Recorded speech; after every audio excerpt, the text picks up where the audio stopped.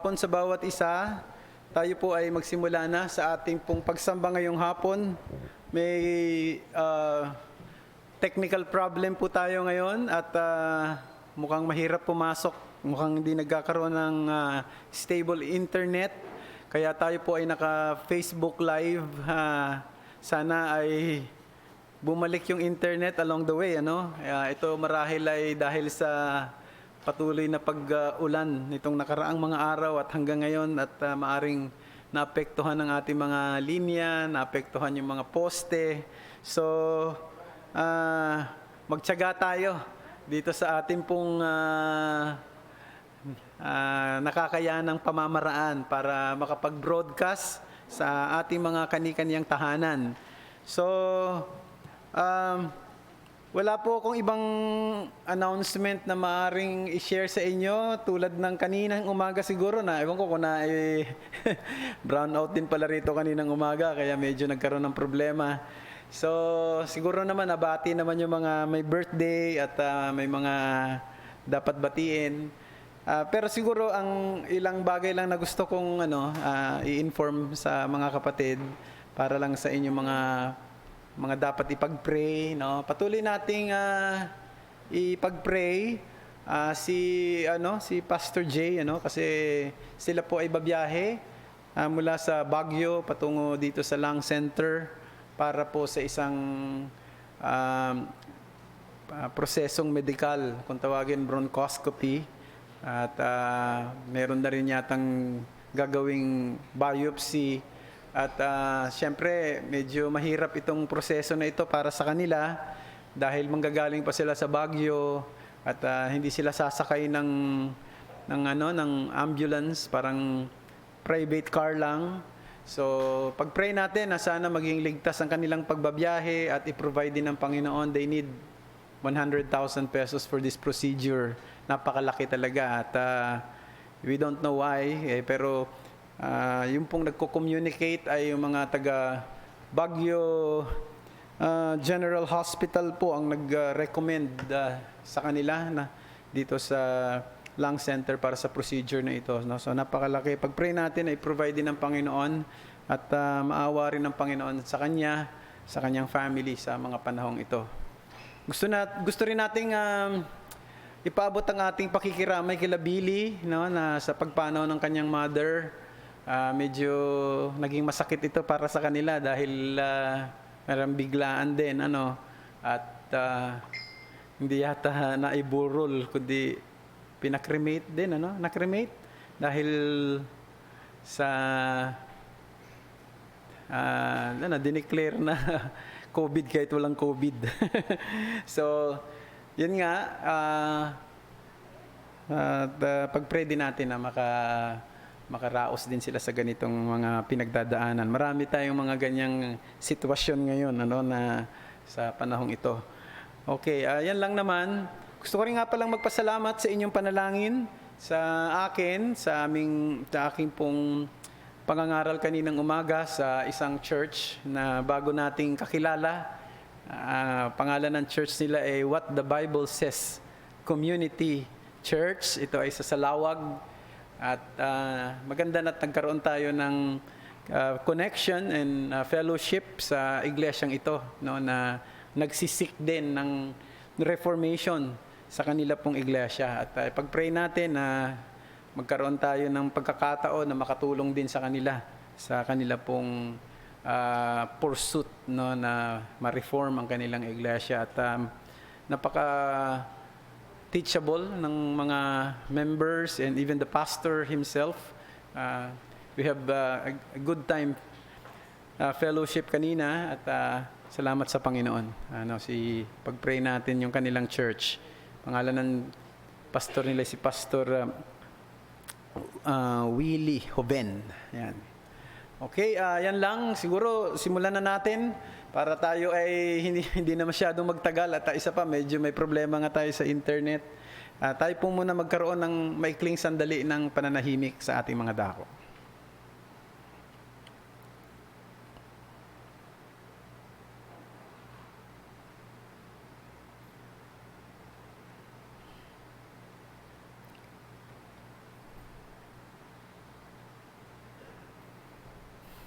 Tayong lahat ay tumayo para sa ating unang himno na aawitin.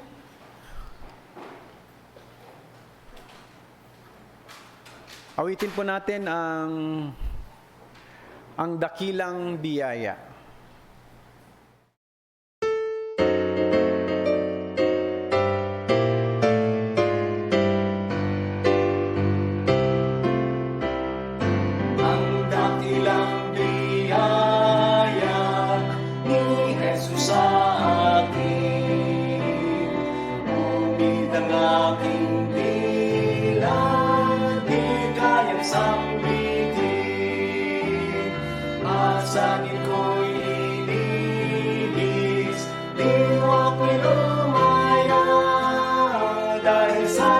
inabot ng kanyang biyaya.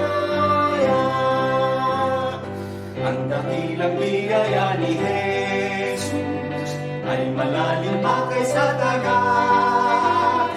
Ang dakilang biyaya ay sapat o sapat, higit ang lahat sa aking sala, lampas sa aking kasalanan, kahihiyan o purihin natin ang kay Jesus na pangalan. Ang dakilang biyaya ni Jesus sa akin, dahil di ay luminis at ako'y naligtas. Tanikala'y naputol, inalaya ako, dahil inabot ng biyaya ni Kristo. Ang dakilang biyaya ni Jesus ay malalim pa kaysa dagat. Ang dakilang biyaya ay sapat o sapat, higit ang labat sa aking sala, lampas sa aking kasalanan, kahihiyan o purihin natin ang kay Jesus na pangalan. Ang dakilang biyaya, kahit napusakan, sa sarili nagiging tunay ng ang banal.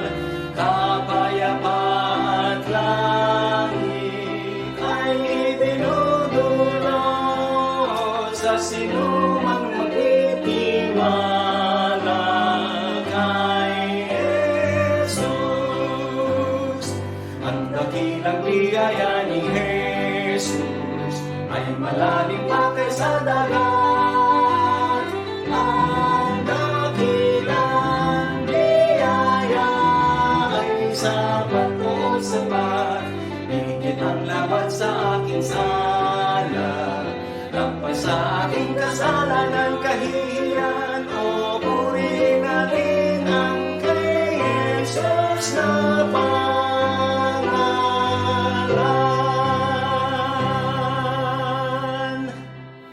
Manalangin po tayo. O aming Ama, muli narito kami sama-samang nagpapahayag ng aming papuri at pagsamba sa iyo sa araw na ito na iyong ibinukod upang kami ay magtipon bilang mga magkakapatid, bilang isang iglesia, itanghalang iyong pangalan, sama-sama, purihin ka, sambahin ka, at nawa aming Panginoong Diyos ay tanggapin mo ang aming mga handog ng pagsamba. Maaring may konti kaming problema sa ngayon, lalo na sa aming pong pagbo-broadcast dahil sa problema sa aming internet. Panalangin namin, Panginoon, na sana'y makapag-concentrate pa rin ang marami naming mga kapatid sa Facebook Live na sumusubaybay sa amin. Tulungan niyo po na sana po ay hindi magkaroon ng anumang pamamaraan para ma-neglect o ignore itong aming pong gawaing ito ng mga nandoon sa aming mga sa kanilang mga tahanan. At sana rin ay maging maganda yung pong transmission kahit papaano, at dalangin namin na ang pagtulong mo sa amin ng aming inaasahan na siyang amin pong maranasan ngayon upang magawa namin ang aming tungkulin at mabigyan ka namin ng kasiyahan, malugod ka namin at magbigay din ito ng paglago sa amin pong pananampalataya. Samahan niyo ang inyong lingkod na mangangaral ngayon. Bigyan niyo ng kalakasan, ng linaw ng pagsasalita, ng linaw ng pag-iisip, at ilayo nyo rin sa pagkakamali. Dalangin namin ang bawat isa sa amin na naririto. Tulungan nyo po na magkaroon din kami ng sense of excitement, ng expectation sa maaring mga pagpapala, pagtuturo, pagtutuwid na gagawin mo sa amin sa pamamagitan ng iyong mga salita. Salamat din, Panginoong Diyos, na sa kabila ng nakaraang mga calamities dito sa aming bansa. Nandiyan ang lindol, nandiyan ang pagkakaroon ng napakalakas na pag-ulan sa loob ng ilang mga araw na ay maaaring may pinsala sa maraming mga dako, pero salamat po in terms of kung meron bang nasawi ay hindi po ganoon karami, at ito isang blessing mo na rin sa amin as preserve mo ang maraming buhay, at lalo pangat meron pong pandemic ngayon, andyan po pa rin ang virus at meron pang Delta variant na pinangangambahan ng marami na siyang mabilis kumalat. O aming Panginoong Diyos, sa lahat ng ito, alam namin kayo ang nakaupo sa inyong luklukan, at alam niyo ang nangyayaring ito, kayo po ang nagpapahintulot ng lahat, kayo ang may kontrol ng lahat. Nagtitiwala kami sa inyo, bagamat gusto namin ng makawala dito sa ganitong sitwasyon, bagamat gusto na namin makalaya, pero sana Panginoon, patuloy niyong ibigay sa amin ang tiwala na kayo pa rin ang nandyan, nakaupo sa inyong trono, at kayo ang may kapamahalaan ng lahat ng mga bagay, mabuti man at masama. At dahil doon, lalo kaming magkaroon ng comfort sa aming mga sarili, lalo kaming magkaroon ng panatag na kalooban sa katotohanan ito. Ganun man, tulungan mo rin kami na magampanan ng aming tungkulin, makapag-contribute sa ikabubuti ng karamihan sa pamamagitan ng pagsunod sa mga alituntunin na pinaiiral ng aming pamahalaan, tulad ng pag-iingat namin sa aming sarili, tulad ng pagsunod sa mga protocol, at tulungan nyo rin po na sana nga, kung loloobin ninyo, bagamat napakahirap talagang makontrol minsan ang mga bagay na hindi namin nakikita, tulad ng virus, ay tulungan din po nawa ninyo, maawa po kayo na sana hindi po ito kumalat sa amin pong kapuluan, dahil ang dami pong maapektuhang mga trabaho, ang aming ekonomiya na naman ay siguradong maapektuhan, tulad na nangyari sa Indonesia, tulad na nangyari sa India, tulad din po ng nangyayari ngayon sa Thailand at sa Malaysia. We pray, Lord, na sana po i-secure nyo kami, sana po hindi mangyari na masyadong malawak ang pagkalat nitong variant na ito, kung loloobin ninyo, aming Panginoon. Dalangin din namin ang patuloy nyo pong pagsama sa aming mga kapatiran, sa mga churches, sa iba't ibang mga churches ngayon ay nalulungkot din sapagkat wala silang pagsamba. Naalala namin ang aming mga kapatid sa lugar ng Iloilo, ang gawain doon sa San Miguel Reformed Baptist Church sa Iloilo, gayon din doon sa Estancia Reformed Baptist Church, sapagkat sa ngayon ay nasa under ECQ ang buong Iloilo. Dalangin namin, Panginoon, na sana nga ay tulungan nyo rin sila, sapagkat marami sa kanila walang internet, hindi sila magkaroon ng mga live stream at online worship because they have no internet connections. So we pray na tulungan nyo rin po sana sila, kahit na sa mga pansarili nilang pagsamba sa kanilang mga pamilya ay magampanan pa rin nila ang kanilang gawain, ang kanilang tungkulin, at ikaw pa rin ang maluwalhati at sila pa rin ay mapalago sa kanila pong pananampalataya. Patuloy nyo pong ibigay ang comfort sa pamilya ng Bilbao na this week ay binawian ng buhay ang mother ni Billy. Patuloy niyo po silang bigyan ng katatagan at mabigat ang kanilang kalooban, tulad din ng mga ibang kapatid namin dito na binawian ng buhay ang kanilang mga mahal sa buhay. Alam namin, Panginoon, na mahirap din ito sa kalooban ng mga kapatid, kaya dalangin namin ibigay mo ang kalakasan at ibigay mo po ang katatagan sa pagharap sa ganitong mga sitwasyon. At umaasa kami na kami ay iyong tutulungan at ang bawat isa sa amin. Muli, pinupuri ka namin, pinasasalamatan ka namin. Ito ang aming dalangin sa ngalan ni Jesus. Amen. Makaupo na po tayo. At ating pong lilikumin ngayon ang ating mga handog para sa gawain ng Panginoon bilang bahagi ng ating pagsamba sa Kanya. At habang ating pong gagawin yan, tayo po ay aawit muli ng isang awit. We will be singing From the Breaking of the Dawn. From the Breaking of the Dawn.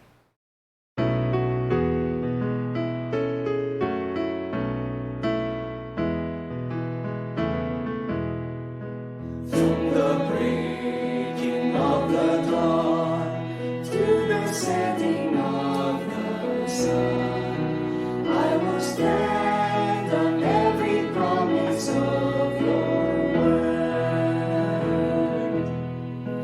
words of power strong to save, that will never pass away. I will stand on every promise of your word. For your covenant is sure, and on this I am secure. I can stand on every promise of your word. When I stumble and I sin, condemnation pressing me, I will stand on every promise of your word.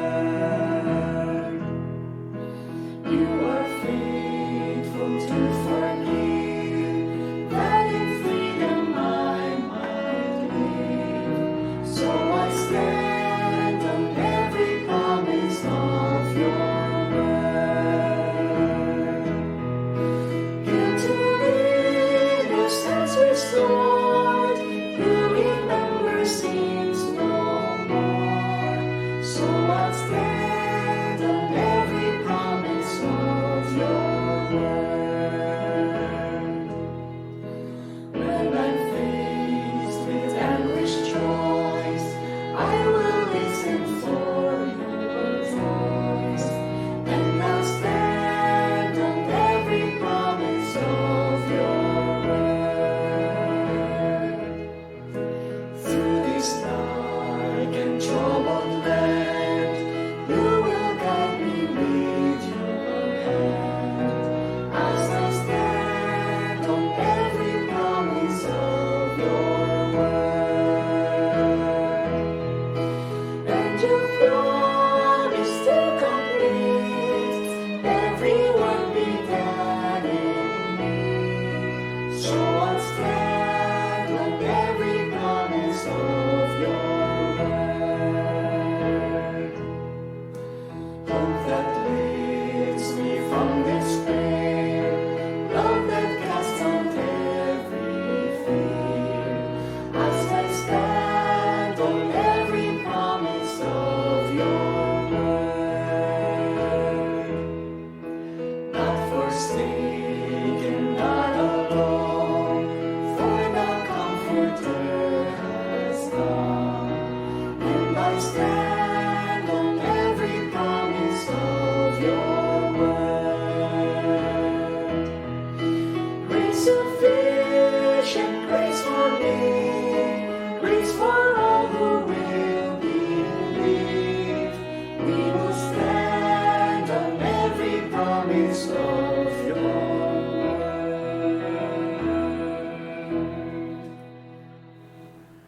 Okay, magpapatuloy tayo sa ating pag-aaral sa Book of Judges.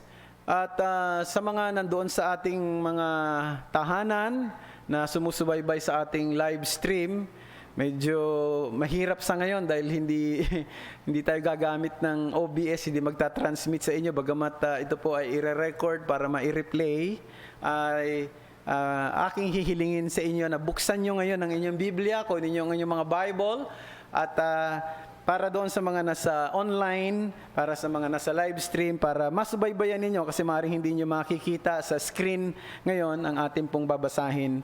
Ito po ay nasa Judges chapter 10. We will be reading verses 6 to 16. Judges chapter 10 verses 6 to 16. Ang Biblia, basahin po natin, ginawa uli ng mga anak ni Israel ang kasamaan sa paningin ng Panginoon at naglingkod sa mga Baal, kay Astarte, sa mga Diyos ng Syria, Sidon, Moab, ng mga Amonita, at mga Diyos ng mga Pilisteo, at pinabayaan nila ang Panginoon at hindi naglingkod sa Kanya. Kaya't ang galit ng Panginoon ay nagningas laban sa Israel at kanyang pinagbili sila sa kamay ng mga Pilisteo at ng mga anak ni Amon.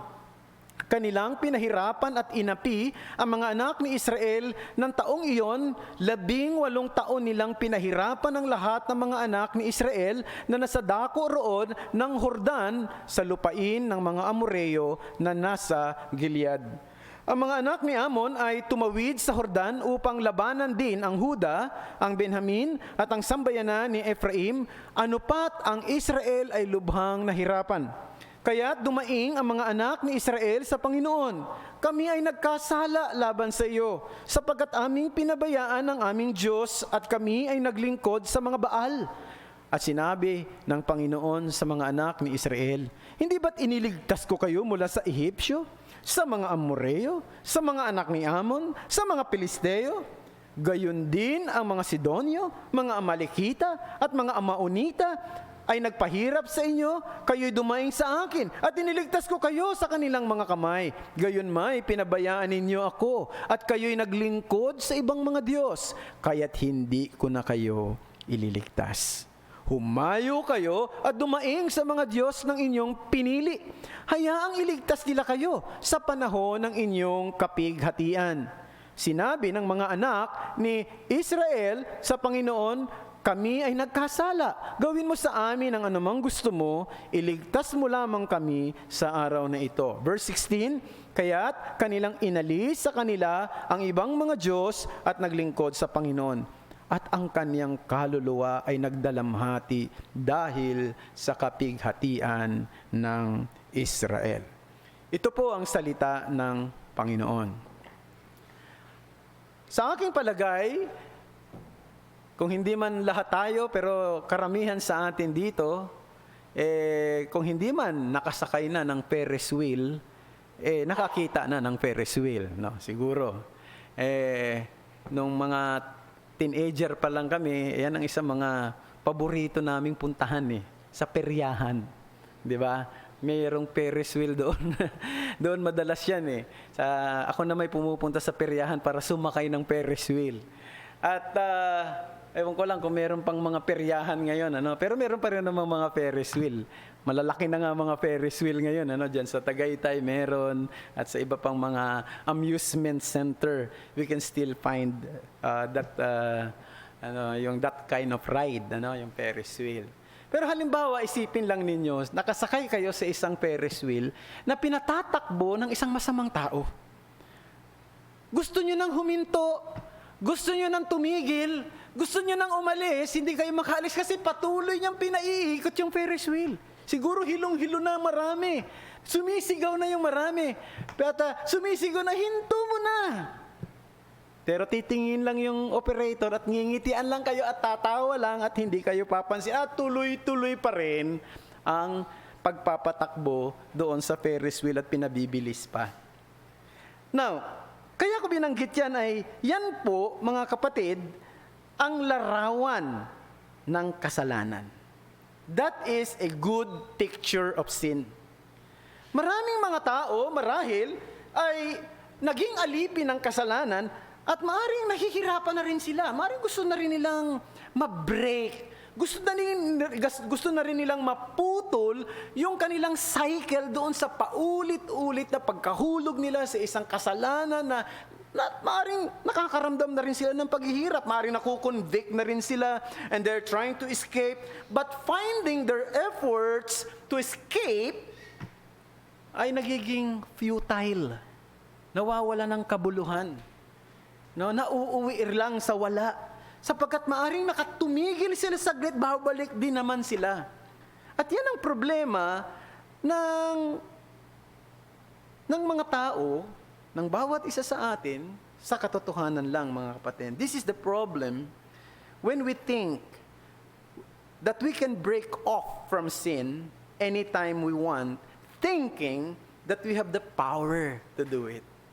Yung bang iniisip mo, kaya ko naman sigurong humihintuan ng isang bagay kapag ayaw ko na. At yun ang pagkakamali ng iba. Tandaan natin, maliban lang na tayo ay magsalig sa kapangyarihan ng Diyos, mag-avail ng kanyang awa at biyaya, at maging totoo sa ating pagsisisi, lahat ng ating pagsisikap na ma-break yung cycle sa kasalanan will find to be futile. Makikita natin wala ring kabuluhan. At yan ang makikita natin dito sa mga talata na binasa natin ngayong hapon.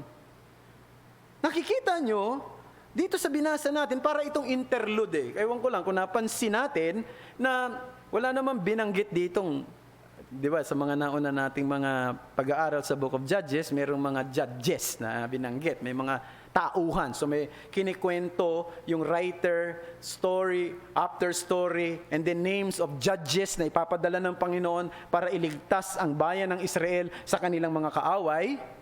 Pero pagkatapos, biglang may interlude.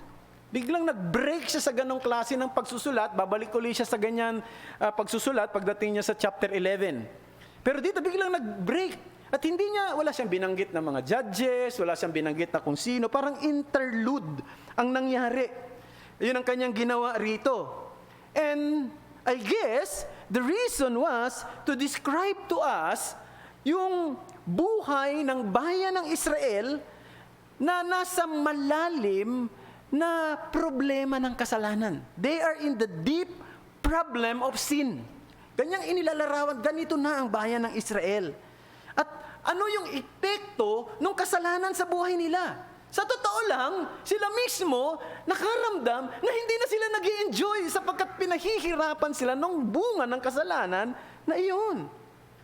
At hindi nila kayang i-break kung wala ang kapangyarihan ng Diyos, kung wala ang habag ng Diyos, kung wala ang biyaya ng Diyos. Pero dito sa mga talatang binasa natin, makikita natin dito ang bagsik ng Diyos. No? Yung talagang paninindigan ng Diyos na kanyang parusahan ang bayan ng Israel. Pero sa kabila doon, makikita rin natin yung kabaitan ng Diyos. We can see here the severity of God, and at the same time, the kindness of God. Sorry, pasensya na kayo, nabubulol ako. No? So, this is the message that I want to highlight in this passage that we have read. Behold the severity and kindness of the Lord. Behold the severity and kindness of the Lord. Tingnan natin ang kabagsikan at ang kabaitan ng Diyos. Dalawa, no? Kabagsikan at kabaitan ng Panginoon. Tingnan natin ito sa tatlong heading. So, i-summarize natin ang kwentong ito sa tatlong heading. We will be looking at the totality of apostasy, yan ang una. Pangalawa, the threat of abandonment and the tenderness of affection. First, the totality of apostasy. So, ginamit ko yung salitang totality of apostasy, yung ganap na pagtalikod ng Israel sa Diyos.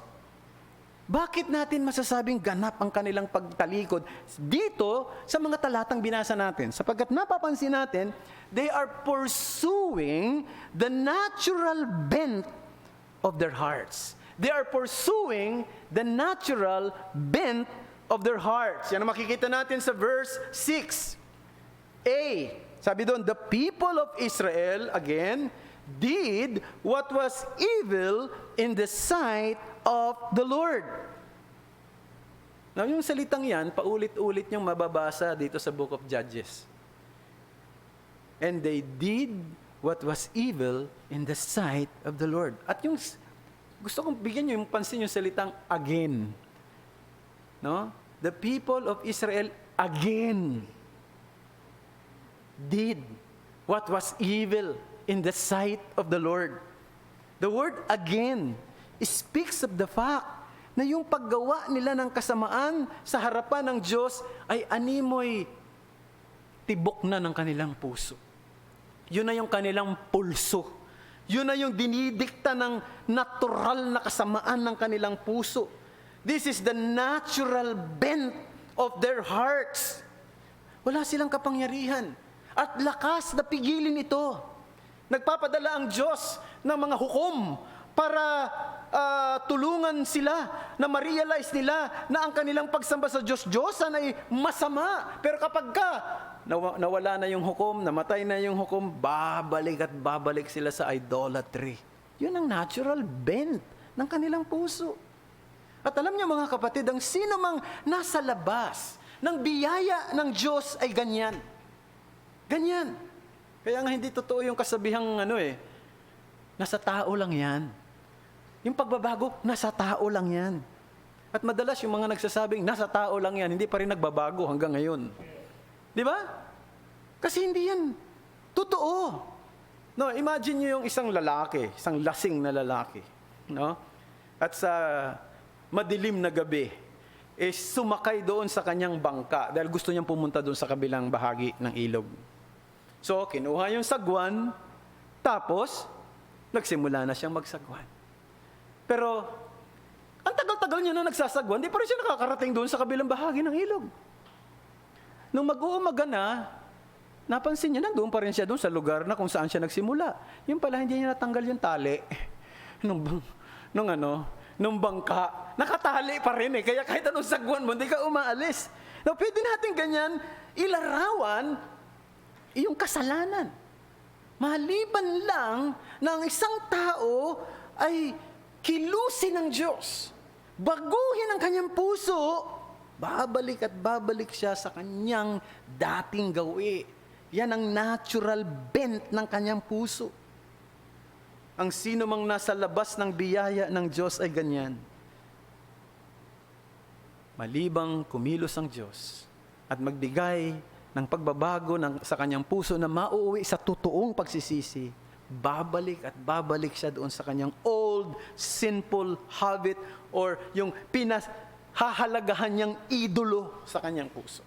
At yan ang bayan ng Israel. Pansinin niyo, yung salitang again. Na pangalawa, hindi lamang makikita natin that they're pursuing the natural bent of their heart, pero makikita natin they are possessing numerous idols in their heart. Marami silang idolo.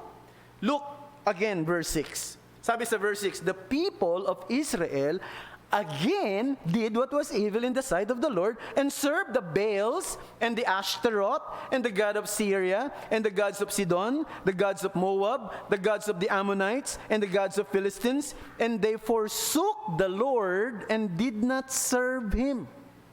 At dito, for the first time, yung sumulat ng Judges ay dinescribe niya yung polytheistic practice ng mga Israelita. No, sa mga naunang nabasa natin, mapapansin ninyo, laging sasabihin, at sila'y sumamba kay Baal. Pero sa pagkakataong ito, sila'y sumamba sa maraming Diyos, hindi lang kay Baal. Ang totoo, yung binanggit dito, 7 false gods. 7 false gods. 7 mga huwad na Diyos, hindi mga totoong Diyos. And at the end of verse 6, anong mababasa natin? They forsook the Lord. Kanilang tinalikuran ang Diyos. They got to the point where they didn't even recognize the true God. They were given over to evil. Isipin nyo, covenant nation ng Diyos. At dumating sa punto, dahil sa kanilang paulit-ulit na kasalanan at sa paulit-ulit na pagsamba sa mga hindi totoong Diyos, dumating ang pagkakataon na hindi na nila naalala kung sino ang tunay na Diyos. Nakalimutan na nila kung sino ang tunay na Diyos. Yan ang nangyari sa kanila. At mga kapatid, kung ilalagay natin yan, maging sa ating panahon ngayon, maraming mga ganyan ding nangyayari. May mga Christians nga nagpo-profess na Christian dati. Iba pa nga, ginagamit ng Panginoon, mga pastor pa nga yung iba Huh? Pagkatapos, dumating yung time, tumalikod sa Diyos. Di ba, ganyan din yung nangyari doon sa kilalang manunulat at mangangaral na yung libro pa nga niya, binabasa natin. Ako mismo, pinakinabangan ko ng gusto yung libro niyang Not Even a Hint. Si Joshua Harris, di ba? Nagsimula lang yun. Sinabi niya, nagka-problema, yung kanilang pagsasama mag-asawa, on the rocks. Medyo may problema na. Tapos naghiwalay. Sumunod ng paghihiwalay, sabi niya, hindi na siya Christian. Sumunod, ando na, nakikita na sa rally ng mga LGBT community. Nakita nyo kung papaano nangyari maging sa mga taong alam ang theology, alam ang salita ng Diyos. This week, I was shocked. No? Kasi nung araw pa naman, madalas namin ginagamit yung kanta ni Amy Grant. No? Kinanta natin minsan yung isang kanta ni Amy Grant dito eh. At doon sa isang programa ni James White, sa Alpha and Omega, sinabi niya si Amy Grant ay ngayon sumusuporta na at ina-affirm niya na yung LGBTQ community. Isipin niyo. So, it happens.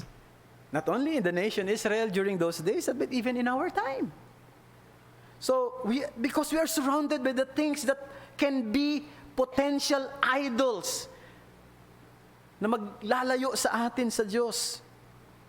Maaring yung idolo na yan, yung hangarin mo na maging katanggap-tanggap sa mga tao, makilala ng mga tao, kumita ng malaking pera, no? Maabot mo ang isang mataas na posisyon, o mabigyan mo ng lugod ang mga tao to please yourself.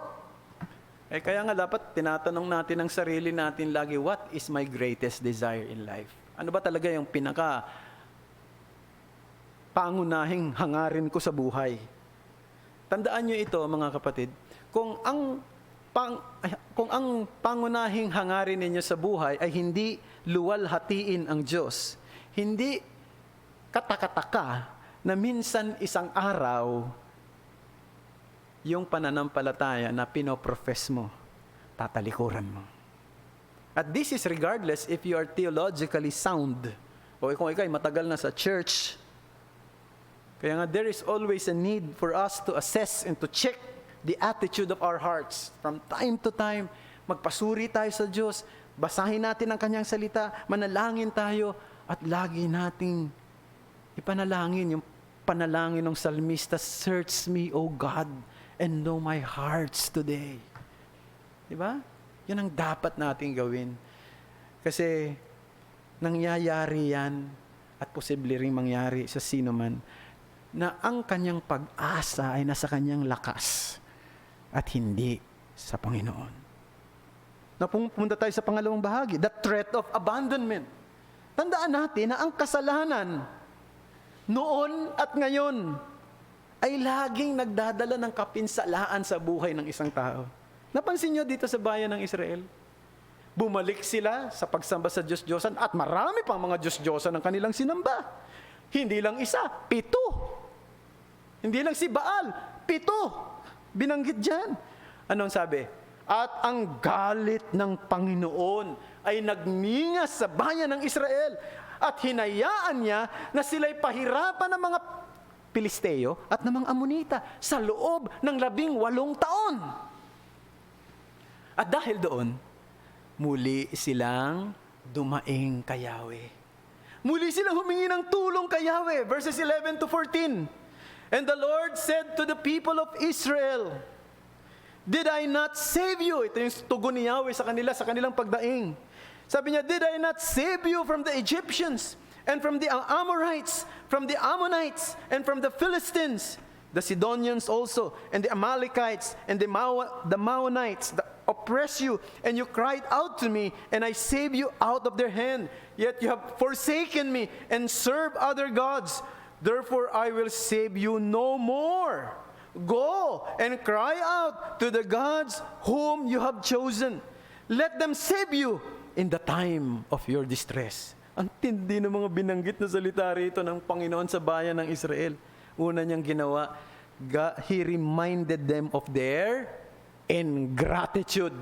He reminded them of their ingratitude. Para bang sinasabi dito ni Yahweh, no? Ganyan naman ang ginawa nyo noon pa eh. Hindi ba? Hihingi kayo ng tulong sa akin, ililigtas ko kayo. Hihingi kayo ng tulong sa akin, ililigtas ko kayo. Pagkatapos, imbis na sasamba kayo sa akin, imbis na maglilingkod kayo, pabalik na naman kayo dun sa gusto ninyong paglingkuran. Dadaing na naman kayo, paulit-ulit na eh. No? Alam nyo, mga kapatid, minsan, ang kaisipan natin sa Diyos ay parang isang great warm vending machine from the sky. Na?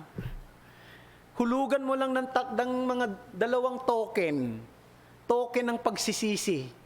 Iluluwa niya na yung gusto mong ginhawa na gusto mong matanggap. Parang gano'n ang tingin natin sa Diyos parang vending machine. Parang tingin natin, alam ko na ang kiliti ni Lord. Di ba yung mag-asawa minsan, pag nagkakagalit, tapos hindi nagkikibuan? Minsan yung lalaki, alam niya na kung paano makuha yung makipagbati sa asawa niya. No? Alam niya na yung kiliti. Paano sila magbati? Siguro, maaaring magdadala siya ng pagkaing paborito, o bulaklak, o chocolate, kung ano man. No? O kaya naman yayakagin niya sa isang lugar na gustong-gustong puntahan ng babae. O kaya naman o bibigyan niya ng buong-buo ng kanyang sweldo. O yan, buo na yan o bati na tayo, no? Sige na nga. Ang punto doon, minsan alam na nung partner niya yung kiliti Minsan ganun din ang treatment natin sa Diyos. Parang feeling natin, alam na natin yung kiliti ng Diyos Gagawa tayo ng kasalanan. Pababayaan natin ang pagsamba natin, ang paglilingkod natin. Pagkatapos ang gagawin natin, magsisi lang tayo. Words of repentance lang yan. Umusa lang tayo ng pagsisisi at tapos na yan. Alam nyo, dito sa pagkakataong ito, sinisira ng Diyos ang ganyang klase ng pananaw patungkol sa Kanya. Sinisira ng Diyos ang ganyang klase ng kaisipan patungkol sa Kanya. This is false assumption of God. Hindi natin siya maluloko. Hindi natin siya mabobola. Ang Diyos ay all-knowing God. Bago mo pa nga isipin yung gusto mong isipin, alam niya na The sheer tragedy is when people become so accustomed to the mercy of God and that they have forgotten that He is a wise God. Yung bang akala, ang tingin mo sa Diyos, mahabagin lang. Nakalimutan mo, matalino siya. Marunong siya. No? Kaya mo siyang paikot-ikutin. No? Kaya mo siyang bulahin. Naalala ko yung kwento na nabasa ko sa isa sa mga sermon ni Spurgeon many years ago. I think na-share ko na rin dito yan, doon sa kanyang sermon na Turn or Burn. Meron siyang isang kwento doon patungkol sa isang young man na nakatayo sa isang entablado at may mga audience sa kanyang harapan at magaling siyang magsalita, no? Yung kanyang oratorical skill ay talagang matindi. At nakukuha niya yung atensyon ng mga tao, pero yung sinasabi niya matindi, sapagkat puro pamumusong sa Diyos. Sinasabi niya sa mga tao, hindi totoo na mayroong Diyos. Kung totoo na mayroong Diyos, bakit ganito, bakit ganyan? No? Yan ang sinasabi niya sa mga tao. At mukhang nakukuha niya yung loob ng mga tao. Mukhang nakukuha niya yung atensyon ng mga tao. At mukhang nakukonbinsi sila. Hinahamon pa nga niya ang Diyos O kung totoo ka ngayon, o saktan mo ko. Wala naman. So hindi siya totoo. No, habang napiplease niya na yung mga tao, merong isang lalaki na middle-aged man ang biglang tumayo doon. Sabi niya, gusto ko lang magsalita ng sandali. Hindi ko kokontrahin ang sinasabi mo at paniniwala mo at pananaw mo. Sabi niya doon sa nagsasalita. Pero, mayroon lang akong gustong ikwento. Kasi kahapon, habang ako ay naglalakad sa tabing ilog, may nakita akong isang lalaki na nakasakay sa isang bangka. At yung bangka ay inaanod ng mabilis patungo doon sa talon. At mukhang hindi niya na kayang pigilan ang pagtakbo ng bangka kahit anong sagwan niya, hindi niya kaya. Na pigilan at dalhin ang bangka sa isang safe place. Mabilis ang agos. At nakita ko na yung lalaking yun ay sumisigaw ng tulong. At pagkatapos sabi niya, Panginoong Diyos, tulungan mo ko. Panginoong Diyos, patawarin mo ko sa mga pamumusong ko sa iyo. Panginoong Diyos, iligtas mo ko. Kung hindi mo maililigtas ang aking katawan, ang aking kaluluwa, iligtas mo. Iligtas nawa ni Jesus at ang kanyang dugo. Yun pa sinasabi ng taong yun. Nung marinig ko sabi niya, tinignan ko kung ano ang kaya kong gawin.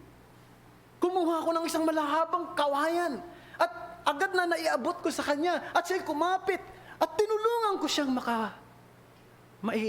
makarating sa pangpang kahit na ang bangka ay inanod na patungo sa talon.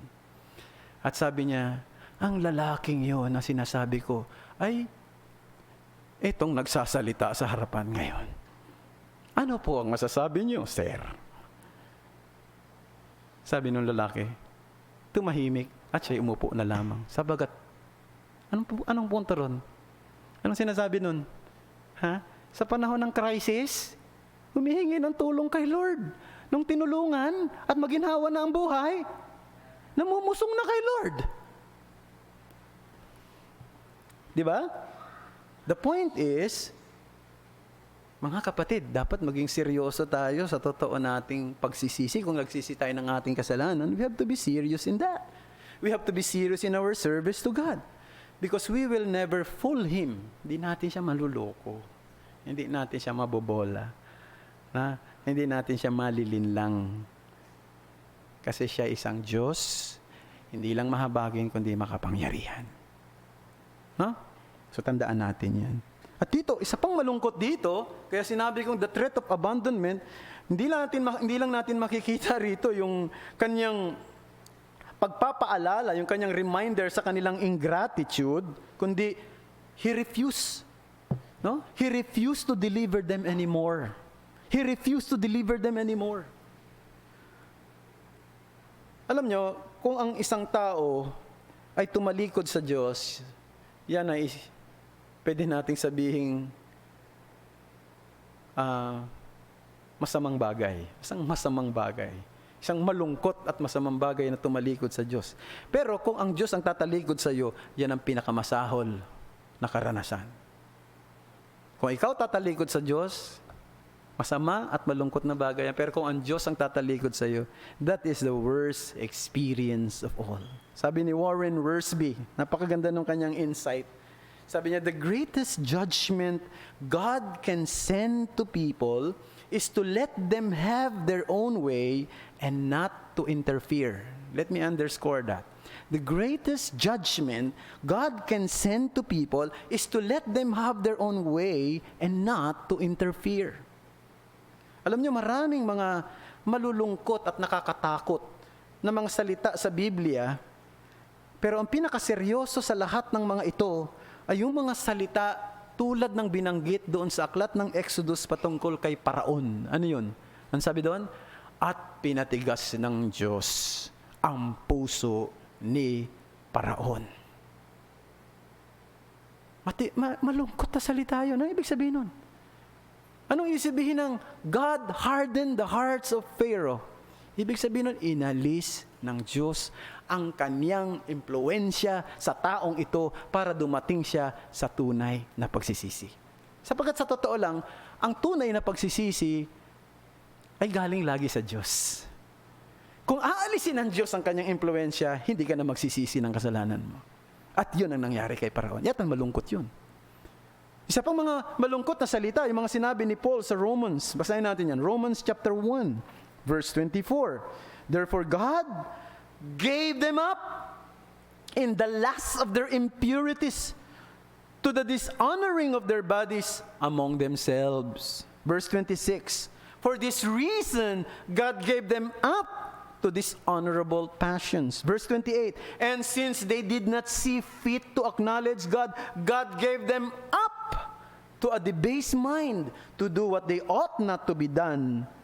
To do what they ought not to be done. So, yan pong mga salitang yan, yung mga malulungkot na salita, yan ang mga seryosong salita. Palagay ko wala nang mas seryoso pa dyan. Yung God gave them up.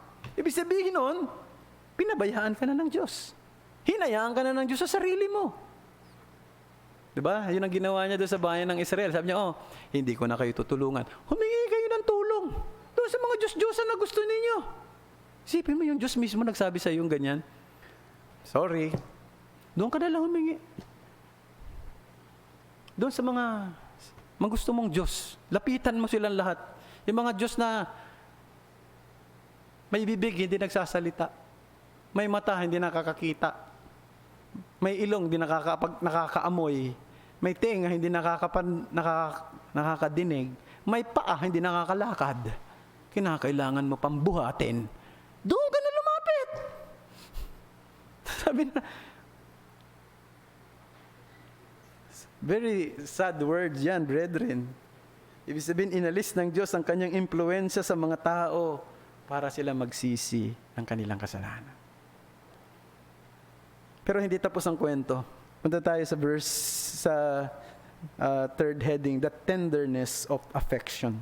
Now, sa huling bahagi ng verse 16, itong mababasa natin sa wikang Ingles, and he became impatient over the misery of Israel. Sa ibang translation, itong mababasa nyo, and he could bear any longer the suffering of Israel. At hindi daw matiis ni Yahweh yung paghihirap ng mga Israelita. Ano makikita natin dito? Ang makikita natin dito yung puso ni Yahweh. Now, gusto kong maging careful tayo sa pag-interpret natin ng talata. Kasi madali nating maikonekta itong verse 16b doon sa naunang mga talata, verses 15 to 16, at sabihin natin, kaya naging ganito ang reaksyon ni Yahweh kasi merong pagsisisi na ginawa ang bayan ng Israel. Kasi di ba sabi sa verses 15 to 16, and the people of Israel said to the Lord, we have sinned, do to us whatever seems good to you, only please deliver us this day. So they put away the foreign gods from among them and served the Lord. And then, sa huling bahagi ng verse 16, and he became impatient over the misery of Israel. Now, gusto kong sabihin mga kapatid, na sa tingin ko ay walang kinalaman yung sinasabi sa verse 16b na reaksyon ni Yahweh na hindi niya na natiis. Sabi yung paghihirap ng mga Israelita sa pagsisisi ng mga Israelita. Bakit? Sapagkat nung binabalikan ni Yahweh, ang mga Israelita, sinasabi niya, nung kayo humihingi ng tulong sa akin, dahil sumasamba kayo sa Diyos-Diyosan at pinahirapan kayo, di ba inaalis niyo rin? Kasama yung pag-aalis nila eh. Nung mga Diyos-Diyosan eh. Bumabalik sila kay Yahweh. Tinatalikuran nila yung mga Diyos-Diyosan eh. Eh yung ganawa nila, tumalikod din sila sa Diyos-Diyosan. Yan ba ang dahilan kung bakit hindi sila matiis ni Yahweh? Hindi lang yon. Gusto kong sabihin, mga kapatid, Yahweh's compassion to Israel does not tie with their repentance, but to her misery and suffering. Ang kanyang kahabagan sa mga Israelita ay hindi nakakonekta sa pagsisisi nila, kundi dahil sila ay nakararanas ng misery, ng suffering. No? The point is this, brethren. Our hope does not rest in the sincerity of our repentance, but in the intensity of Yahweh's compassion. Let me repeat that. Our hope does not rest in the sincerity of our repentance, but in the intensity of Yahweh's compassion. He was moved by their misery. Alam niyo, yun ang tension sa katangian ng Diyos. Walang tension sa Bible, Pero sa Diyos, sa katangian ng Diyos, may tension. Ano yung tension? Yung kabanalan ng Diyos ay nagde-demand na dapat niyang hatulan ang mga makasalanan. Sa kabilang bahagi, ang puso ng Diyos ay namumove sa misery, sa miserableng buhay ng mga makasalanan. Yan ang tension. At palagay ko, there is no way to resolve it. Walang paraan para bigyan natin ng solusyon yan o reconcile natin. Tanggapin natin na ganito ang Diyos na ating pinaglilingkuran. Isang Diyos na banal, matuwid, at hahatol siya sa mga makasalanan. Sa kabilang bahagi, naaawa rin siya sa kapighatian na nararanasan ng mga alipin ng kasalanan. He is moved by our misery. God is not moved by our repentance. God is moved by our misery. Yung sinasabi sa Isaiah chapter 63 verse 9, sabi doon, in all their affliction, He was afflicted. And the angel of His presence saved them. In His love and in His pity, He redeemed them. He lifted them up and carried them all the days of old. Alam niyo mga kapatid, alam ng Diyos ang puso natin eh. Alam niya na pwede tayong magsisi ng kasalanan na ginawa natin ngayon, pero bukas, maaaring gawin pa rin natin yung kasalanan na yon. Alam niya yun. Pero bakit naaawa ang Diyos sa atin? Dahil alam niya yung misery. Alam niya yung sufferings, yung affliction ng kalalagayan ng isang taong makasalanan. No? God sees our misery and affliction. Hindi siya na-move. Hindi kanya iniligtas dahil nagsisi ka. Iniligtas niya, na-move ang puso niya dahil sa katatayuan mo. Kaya binigay niya ang kanyang anak. Kaya pinadala niya si Jesus. Para si Jesus ang tumanggap ng judgment na dapat sa atin. Binigay niya si Jesus. Siya yung naghirap. No? At yun ang puso ni Yahweh. That is the heart of Yahweh. No, parang mahirap i-reconcile yan. Pero yan ay dapat tanggapin natin. Hindi naman natin dapat pag-reconcile yan eh.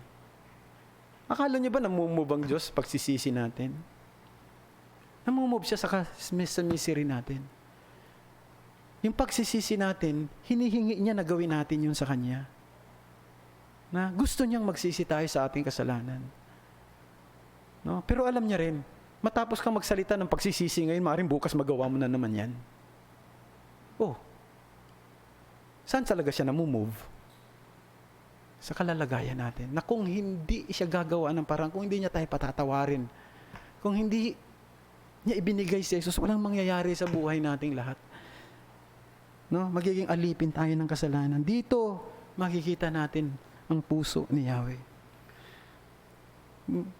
Ang kabagsikan ni Yahweh ay walang dudang totoo. Pero ang kabaitan ni Yahweh, obviously, operational. Kaya nga, mga kapatid, wag nating abusuhin. Wag nating i-misuse yung kagandahang loob ng ating Panginoon.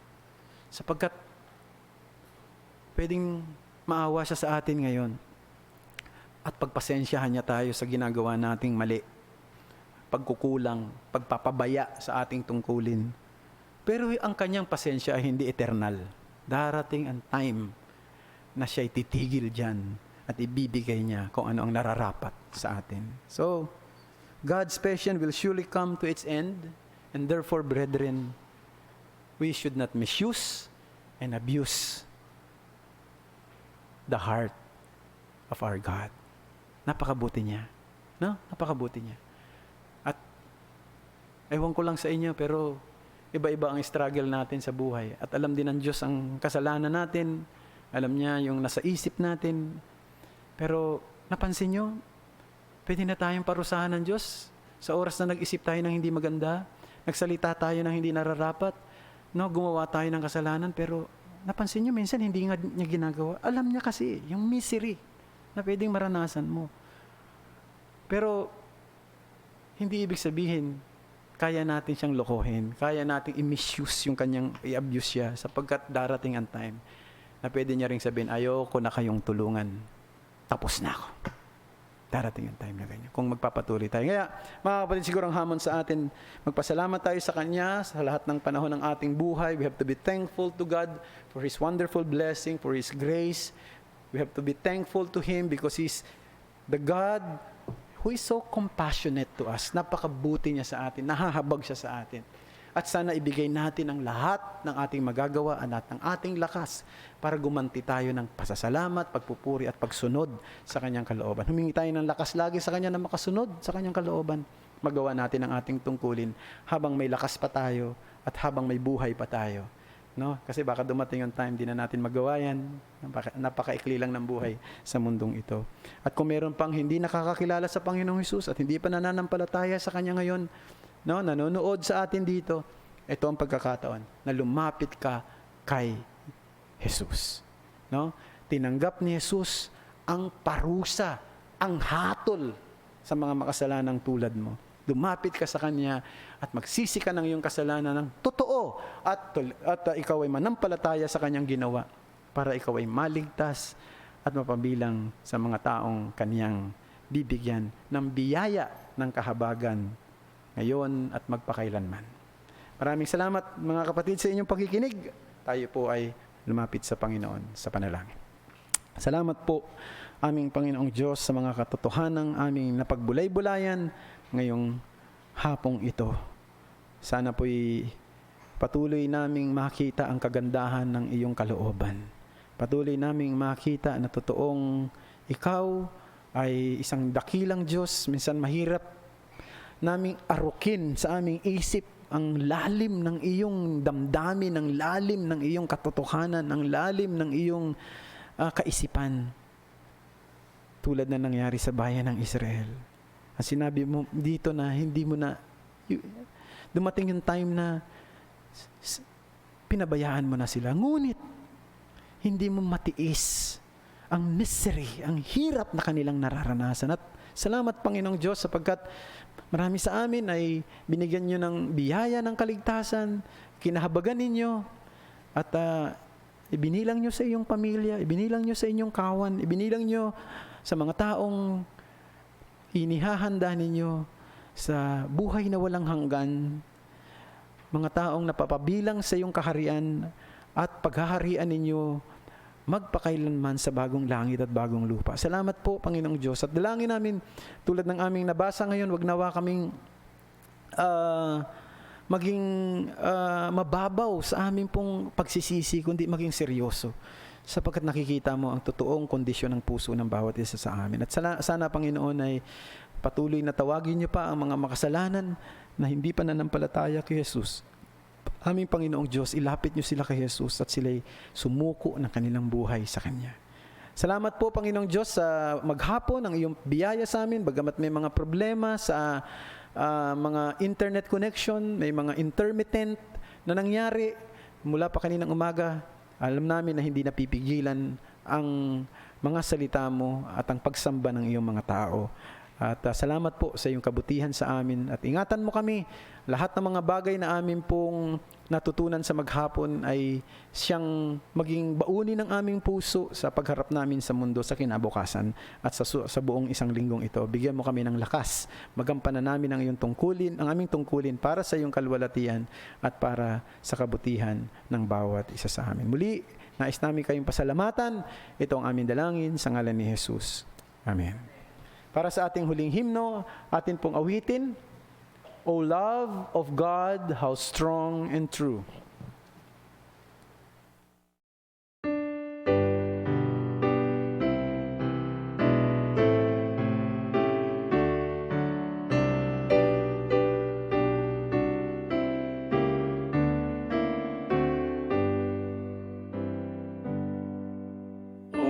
Love of God, how strong.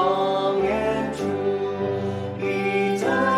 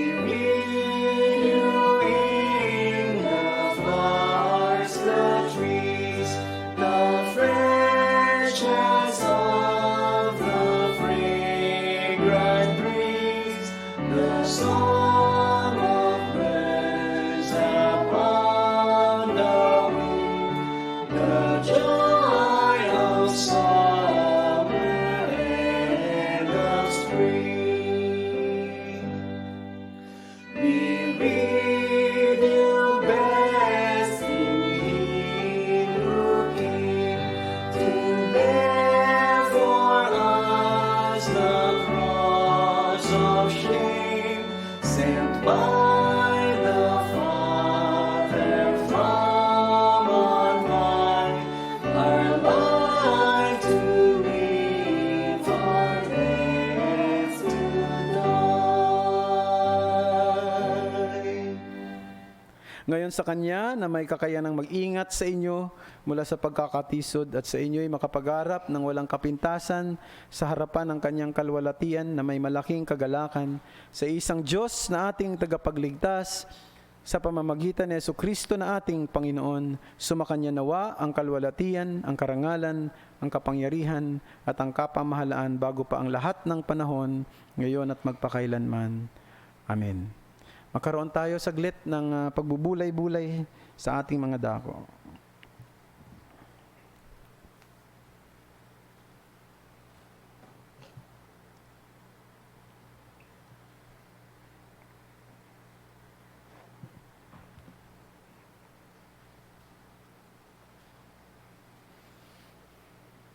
Ating pong awitin ang ating pong doxology hymn.